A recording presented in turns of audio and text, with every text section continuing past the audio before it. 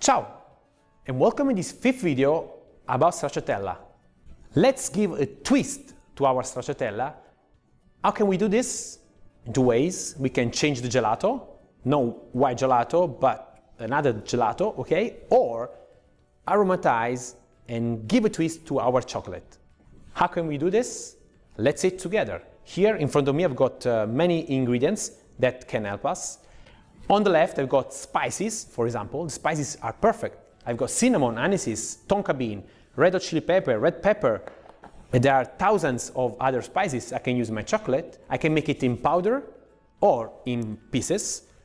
I suggest you always to do it in advance the day before and take the chocolate melted in a hot cabin, 45 degrees, so that the spices give you the time to aromatize your chocolate. Because if you put the spice in the chocolate now, you taste it, it has one flavor.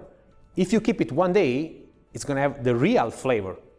So that's why, to avoid to have something that after is too strong, make it the day before and leave the chocolate in infusion for one night. Also here I've got some coffee, which is fantastic in chocolate. Grounded coffee from the coffee machine, simply grounded, okay? Always one day in infusion to give you the full flavor. Also some licorice as well, which is fantastic. Or some lemon, citrus. You take out the zest, the peel, you peel it, and because there is some humidity in it, I suggest you to keep the skin, the peeled skin, in a dryer for one night to take away a part of the humidity, to avoid that our chocolate afterwards becomes too thick. Because remember, chocolate doesn't love water. I've got some salt, fleur de sel. You can make it very thin in powder. You can add chocolate, which is really, really nice to have a chocolate that gives you this twist in saltiness in the preparation. It's very, very interesting. Also, I've got some flour.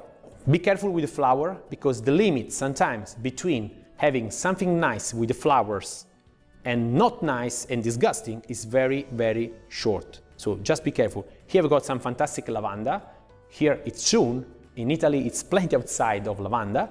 And the other day I wanted to make a stracciatella with lavanda with ruby chocolate. And then what did I do? I've got many options. I could have melted the chocolate, put the fresh lavanda, an infusion for one night, as we said.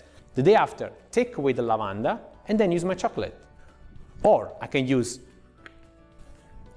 essential oils of lavanda, of lemon, of everything, okay? But just be careful, okay? This solution is very difficult to do because it's very strong. So half drop more of this sometimes make the product too strong. So just be careful. I always suggest to cut these products in another liquid, okay? And then use that liquid to aromatize the product so that you can really take the right level, okay, of the intensity. And then what I did, I took the most simple thing. I took the lavanda, I put it in a bag like this, put the bag in the chocolate for 1 week, closed the bag 1 week, and then I melted the chocolate. I can tell you the chocolate had an incredible taste of lavanda. Very gentle, not too strong, was really, really amazing. So as you can see, there's many options to aromatize your chocolate. I try to go through them, so I hope that this can help you. But please, let me know what you do because I'm really curious because as said at the beginning, there's 1,000 millions of options and let me know. Ciao!